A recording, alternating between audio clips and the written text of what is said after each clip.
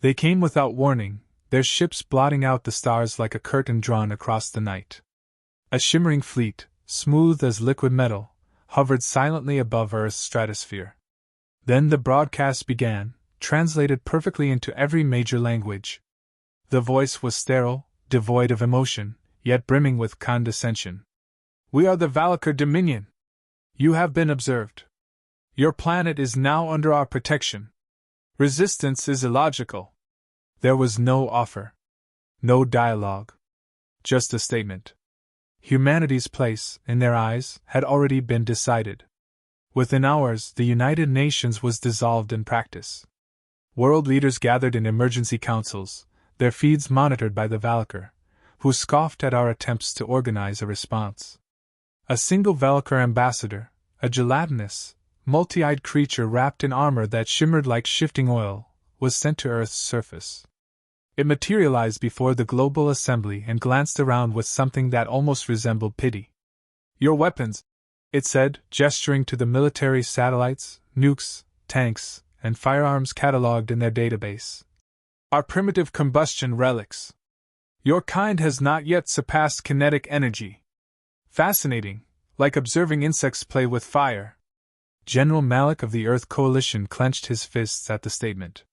"You came to our world without consent. You threaten our survival, and you insult our defense. We will not yield." The ambassador rippled in amusement. "Yielding is irrelevant. You have no position from which to negotiate." And then it left. Just vanished, beamed up to the command ship. In its wake, humanity buzzed with fury. Military intelligence began scrambling to understand what protection meant. They didn't wait long. 3 days later, a pulse of light arced across the sky and incinerated the heart of Mexico City. No warning, no demand. Just fire and silence. 15 million dead. Gone in an instant. Shock was universal, grief immeasurable, but fear was quickly overrun by anger. The Valakar called it a demonstration of restraint. Their tech was thousands of years ahead. Plasma-based weaponry. Shields that deflected all known projectile types. Communications through quantum relays. They didn't march into our cities, they drifted. Floating tanks without wheels. Drones that phased through walls. Infantry units that needed no armor, because nothing we had could pierce them. To them, we were animals with fireworks. No real threat. A salvageable planet, resources intact, population expendable. But they didn't understand us. They didn't understand the compulsion of a mother shielding her child even when death was certain. They didn't understand the rage of a soldier watching his homeland turn to ash. They didn't understand that surrender was not woven into our DNA. While governments scrambled for answers, resistance cells formed overnight. Veterans, civilians, engineers, hackers. Anyone who refused to bow. Cities went dark intentionally. Data was scrubbed. Weapon caches hidden. The old world began to burn, but the old instincts awakened. The aliens thought they were teaching us a lesson. What they didn't realize was that humanity had already survived worse. Empires had risen and crumbled under our feet. We had lived through plagues, nukes, genocides, and still built skyscrapers and symphonies. Now we studied them as they studied us. Bits of their technology began falling into our hands. Fragments of drones, a downed scout vessel. Scientists in underground labs began dissecting and analyzing. But the more we learned, the clearer it became, we couldn't out-tech them. Our best missiles couldn't even penetrate their ship hulls. Our satellites were vaporized the second they went online. EMPs were shrugged off like dust. And still, the Earth didn't surrender. The Valakar didn't understand the silence that followed their attacks. They expected a response, a plea, a flag raised in surrender. Instead, they got nothing. Radio silence. Lights out. Hidden movements. They didn't realize we were waiting, thinking, watching. A leaked Valakar message caught by a human spy drone read: "Subject species has shown irrational resistance. Expected submission timeline exceeded. Behavioral patterns erratic. Psychological profile, unstable." They labeled us insane. Illogical. Dangerous. In one intercepted council report, a Valakar tactician wrote, "Humanity's reliance on outdated combustion machines suggests inferior development. They cling to fossil-based propulsion, chemical explosives, and steel projectile weapons. The term primitive is not a classification, it is a warning." But even with all their analysis, they couldn't comprehend what that warning truly meant. Because to them, a tank was a laughable machine. Loud, slow, heavy. A relic of warfare they had long abandoned. But to us, it was a symbol. A product of every war we had fought, every innovation born of necessity. Tanks were made not just to fight, but to survive. To keep moving, no matter what was thrown at them. The world watched as the last of the alien diplomats left Earth. They believed the conversation was over. They believed the planet was already conquered. They didn't know they had just lit a fire in the last species on the galactic map you ever want to underestimate. Because humanity doesn't fold under pressure. We sharpen. We evolve. We remember the insults. And we build our answers in steel, smoke, and fire. They called our weapons primitive. They had no idea what primitive can do when you give it a reason. The second strike came without pause. Less than a week after the destruction of Mexico City, Beijing, Lagos, and Berlin followed. Each target selected for symbolic impact. Cultural, economic, population centers, reduced to glass and ash. The Valakar called it strategic neutralization. To humanity, it was slaughter. Their fleet hovered just out of reach, untouchable. Their drones combed the skies like locusts, mapping resistance, marking insurgents, and vaporizing anything that moved without authorization. Earth's surface was being catalogued for full occupation. What they didn't destroy, they monitored. Cities were divided into sectors. Curfews enforced by automated drones. Non-compliance meant immediate execution. Still, no surrender came. Governments had gone underground, literally. Military command posts moved into bunkers, repurposed subway systems, hollowed out mountains. The Earth Coalition, formed from what remained of NATO, the African Union, and parts of Asia-Pacific Alliance, established a global emergency network. Communication was limited to encrypted shortwave and hardwired nodes. Satellites were useless, picked off one by one like flies under a magnifying glass. Alien infantry began deploying in populated zones. 9-foot-tall exosuits, operated by neural-linked Valakar shock troops. Each carried weapons that ignored gravity, using magnetically accelerated plasma bursts. No armor on Earth could stop them. Human bullets pinged off them like hailstones on steel. Even the most advanced tanks we had, M1A2 Abrams, T-14 Armadas, were turned to molten scrap in seconds. The first human counteroffensive in Paris lasted 13 minutes. Infantry divisions, supported by drones and armored units, attempted to flank a landed alien walker. They didn't get within 100 meters. All 6,000 personnel were lost. Their last transmission. They see through smoke. They know where we are before we do. It wasn't a war. It was extermination with tactical pacing. And still, the Earth Coalition refused to disband. That refusal became the spark. The world shifted. Cities became traps. Civilians turned into scouts, couriers, saboteurs. Highways were rigged with explosives. Sewer systems turned into underground highways for resistance cells. Engineers began reverse engineering alien debris, not to replicate it, but to understand its weaknesses.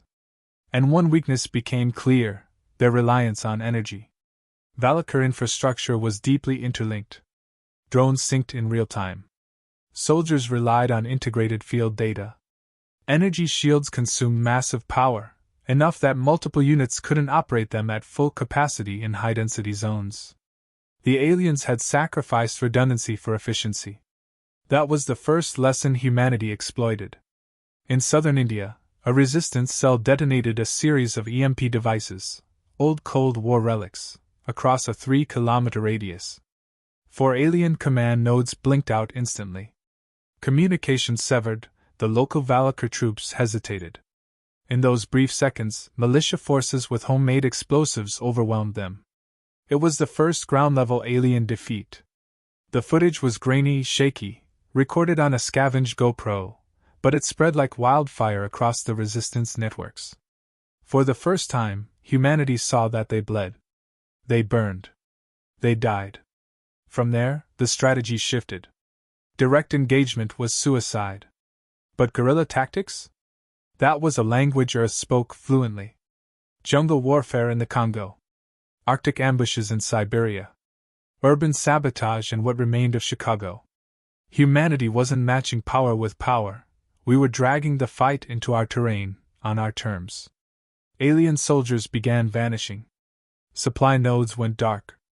Drones were lured into dead zones with decoy heat signatures and destroyed with shaped charges.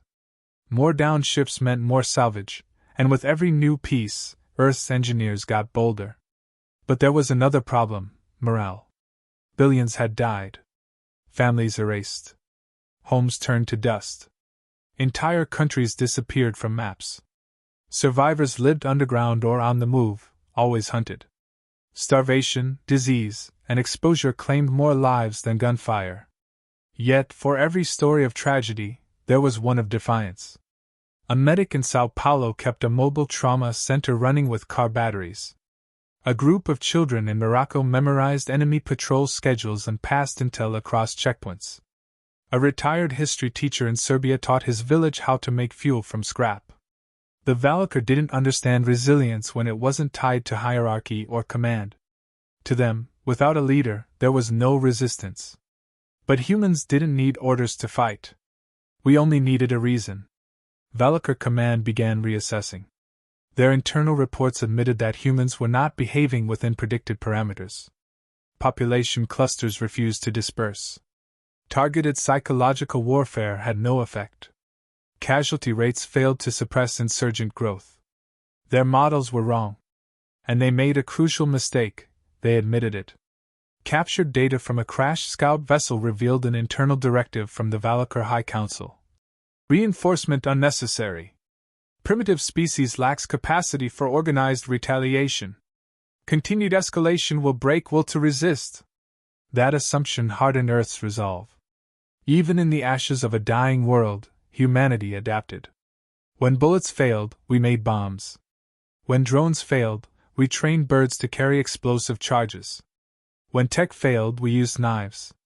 There were no civilians anymore. Only survivors. Fighters. Thinkers. Every person became a part of the war machine. A new doctrine emerged: analog warfare. Computers were compromised. Networks tapped. But tanks? Radios? Landlines? Steam engines? They couldn't hack what they couldn't understand. Outdated tech became our shield. Old factories rebooted. Steel mills reignited. Diesel roared in once-forgotten storage depots. The machines of yesterday came back to life, not as nostalgia, but as weapons. And slowly, subtly, the war began to change. Valkyr patrols started taking longer. Extraction units went missing. Aerial superiority waned as weather-based tactics disrupted drone efficiency. Earth's unpredictability became its weapon. And behind every fallen soldier, a dozen more took up the cause, not because they were ordered, but because there was no other option. Humanity was losing the war. But we were no longer being crushed, we were surviving. And that terrified them. The turning point wasn't a grand battle. It was a test. A single unit in the Caucasus Mountains deployed a restored T-90 tank, modified with improvised armor and analog targeting. The crew didn't expect to survive. Their orders were simple: engage a landed Valkyr support craft and document the results.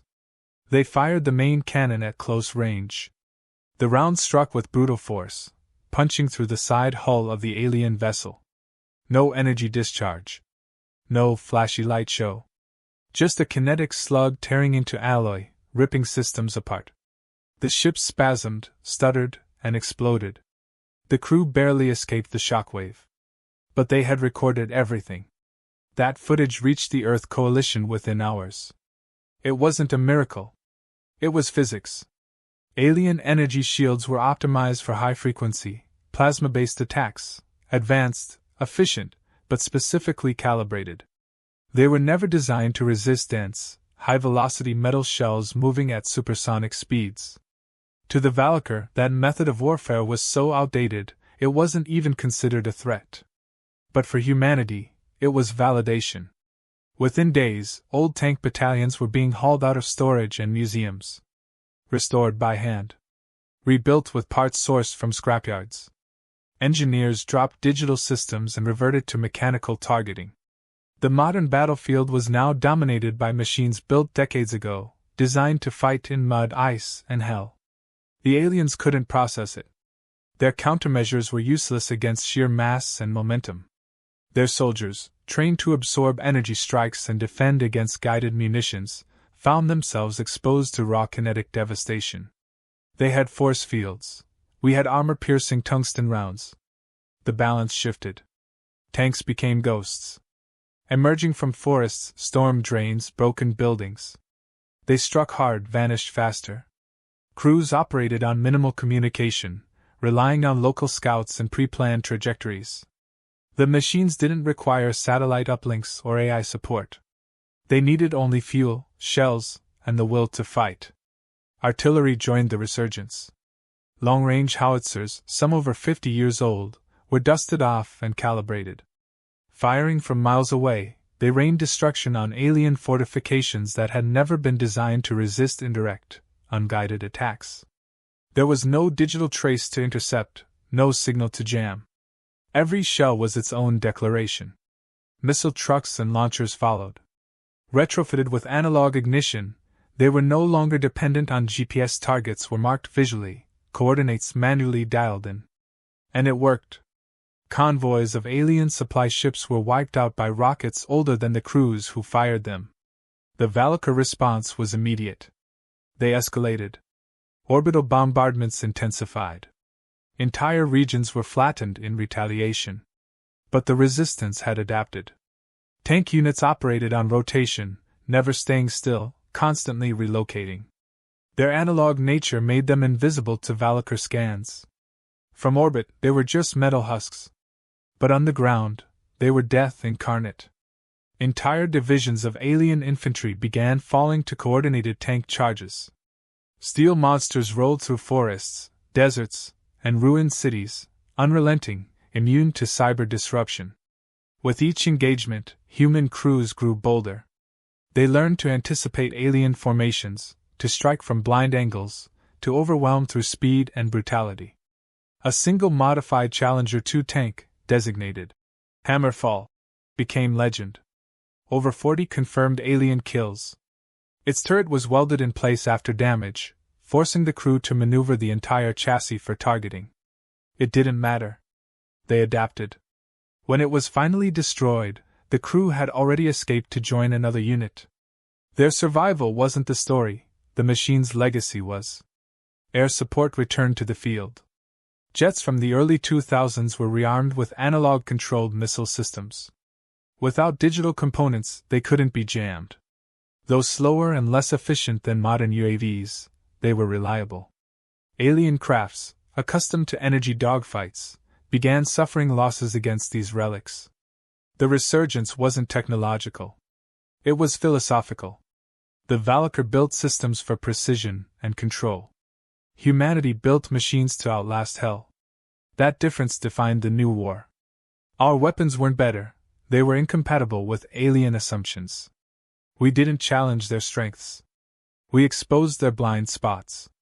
Command protocols evolved. Officers were given autonomy. Units operated independently, communicating with hand signals, markers, and prearranged timings. Flexibility replaced coordination. Adaptability replaced hierarchy. This wasn't global strategy.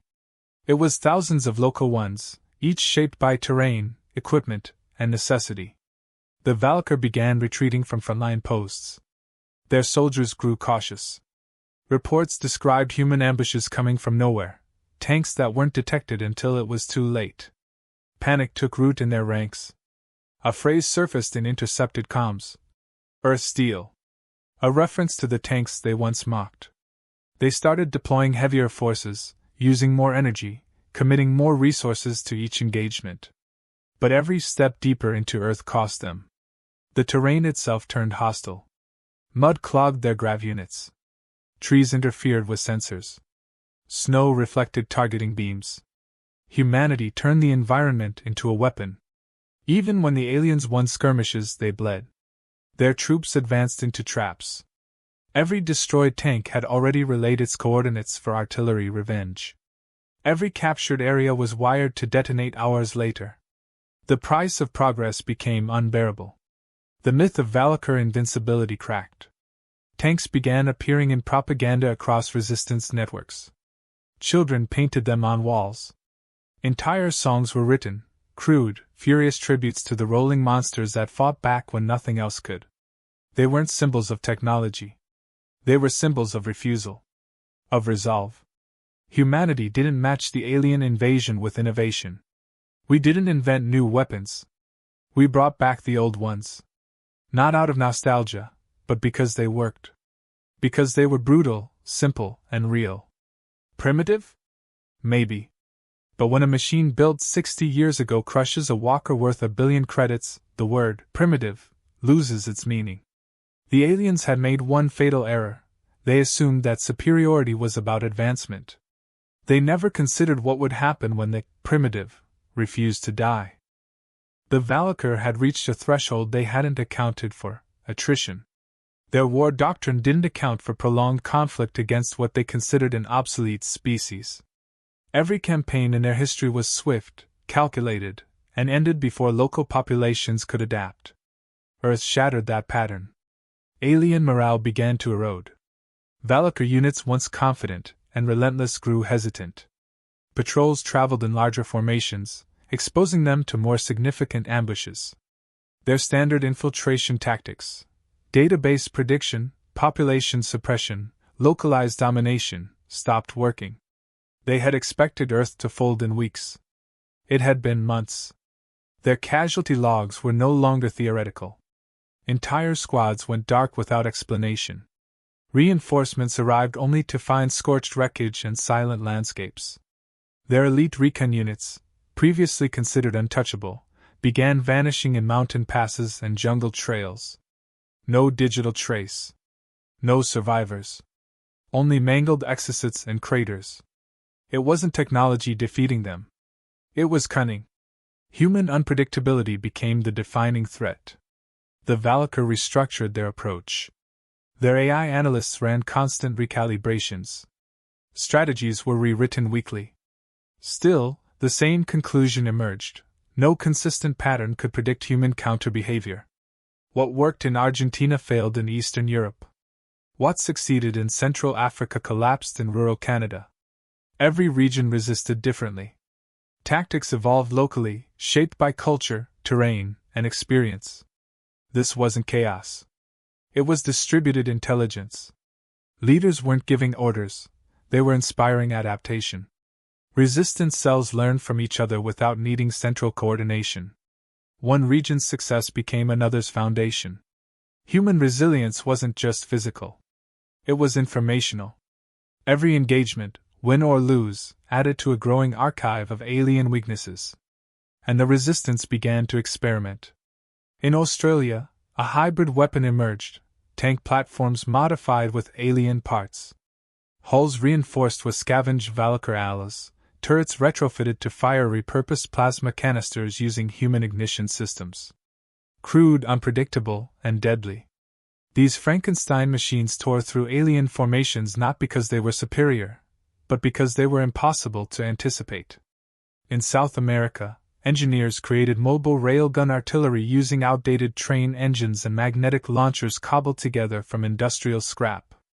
Massive, slow, but devastating. Entire landing zones were obliterated before alien scanners registered the signatures. In Eastern Europe, anti-grav traps were developed using scavenged drone components. They weren't elegant. But they worked, collapsing walkers into pits or flipping them onto their backs, exposing soft understructures to old-fashioned explosives. The aliens increased deployment of Overseer-class units, floating command platforms designed for wide-area suppression. Human counterplay? High-altitude balloons with guided payloads. Launched from forests, timed with weather patterns, they bypassed most scans and detonated directly above key nodes. Each attack cost less than $1,000. The damage exceeded millions in alien resources. And for every action the Valkyr took, humanity escalated not by scale, but by ingenuity. Alien command systems relied on local processing hubs.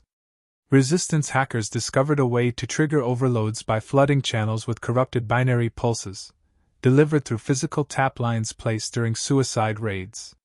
One overload in Tehran disabled 6 surrounding units for 2 hours. That window was long enough for tanks to move in and dismantle the remaining patrols. The aliens responded with targeted annihilation, vaporizing suspected regions from orbit, sacrificing territory to stem losses. But every crater birthed new vengeance. For every town lost, 2 more went underground. Their attempts at psychological warfare failed. Human grief mutated into resolve. The destruction didn't discourage rebellion, it multiplied it. The Valkyr had always operated under the belief that fear subdued rebellion. Earth reversed the equation. The more fear they instilled, the more savage the resistance became. They had crushed civilizations before, but none that fought with rage as a renewable fuel source. Their translators stopped broadcasting threats. Their messages grew colder, shorter. Eventually, they stopped altogether. They realized they had nothing left to say. Nothing that could alter Earth's course. Behind the scenes, internal fracturing began. Intercepted signals suggested disputes within the Valkyr High Command. Divisions between those who wanted full planetary eradication and those who feared permanent resource loss. Their species had come for domination, not total destruction. Earth had made that choice obsolete. Meanwhile, humanity unified like never before. Old rivalries dissolved. Soldiers fought shoulder to shoulder regardless of language or flag. Innovation flourished in chaos. Mechanics in Kenya shared designs with machinists in Poland. Miners in Peru taught demolition strategies to engineers in Norway. Earth became one battlefield, but not under one banner, under one mission, defiance. Even basic infantry transformed. Bulletproof vests were re-engineered with alien mesh. Helmets integrated scavenged neural dampeners to resist sonic attacks. Boots were lined with heat-dispersing fiber taken from destroyed drone cores. Every soldier was a patchwork of both worlds, hardened, hybridized, and relentless. Medical teams built trauma kits using alien biogel adapted with human stabilizers. Field surgeries conducted in collapsed tunnels and abandoned schools saved thousands. Recovery rates surged. Fighters returned to the field faster than the enemy could adapt. Psychological warfare flipped. Valkyr prisoners, once emotionless, were now the ones breaking. Human captors didn't torture. They showed them footage. Wrecked fleets. Dead commanders. Children throwing Molotovs at drones. The aliens watched and saw not weakness, but a species incapable of quitting. One prisoner's final words before self-termination. "There is no surrendering you." Earth's counteroffensive wasn't launched with a speech or parade. It started when humanity realized the war wasn't about victory. It was about survival with spite. The more the aliens pushed, the deeper humanity dug in. No treaty was offered. No request for negotiation. Only fire, steel, and persistence. The Valkyr, for all their advancement, couldn't suppress a species whose greatest weapon wasn't its technology, but its refusal to be erased. It ended not with a decisive blow, but with withdrawal. The Valkyr began pulling units off-world in stages, starting with non-essential patrols, then overseer units, followed by ground assault columns. Their losses had become unsustainable, not in numbers but in purpose. They weren't losing because Earth's forces were superior. They were losing because every engagement cost them more than they gained, and no strategy offered a clean resolution. The war had stopped making sense. Command structures on Earth detected the shift through patterns first. Skirmishes less frequent. Drone density declining. Recovery teams left alien bodies behind, previously unthinkable. Then came silence. no retaliatory strikes after successful raids. No sensor sweeps. No orbital repositioning. Alien craft still circled the planet, but their aggression had vanished. A coalition team intercepted the final order from Valakar Command, **. Suspend terrestrial occupation. Initiate atmospheric quarantine. Conclude failed operation. **. There was no explanation. No message to humanity. Just a silent retreat from a war they had started, now unable to finish. Humanity didn't celebrate. There were no cheers. No parades. Survivors emerged into ruins, surrounded by the skeletons of cities. The atmosphere carried no victory, only exhaustion.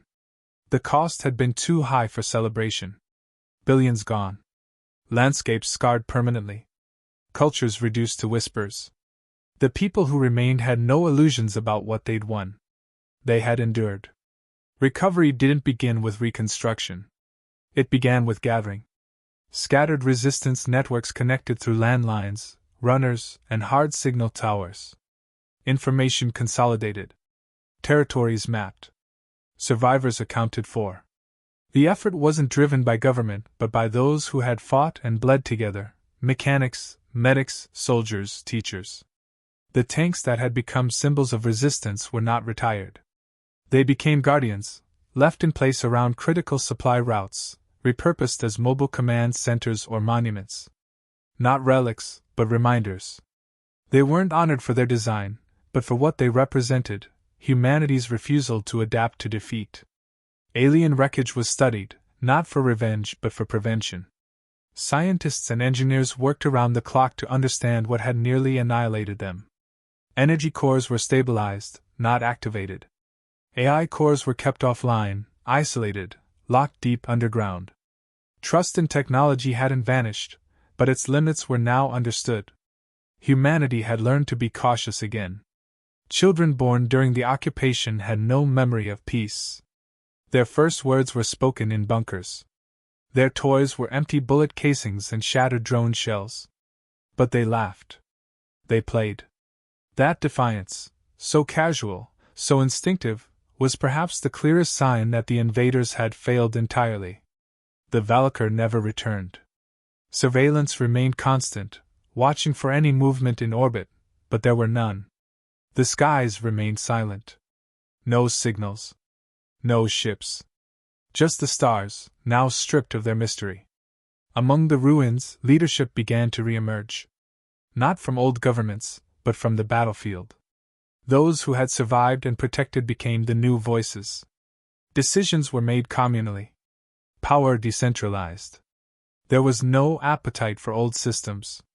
Humanity had seen what rigid hierarchies produced, and what flexible resilience had saved. Infrastructure was rebuilt on necessity, not nostalgia.